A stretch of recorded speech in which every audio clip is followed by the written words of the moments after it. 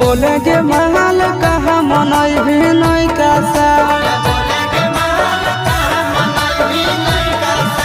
बोले गे महल कहा मनई भी नहीं कासा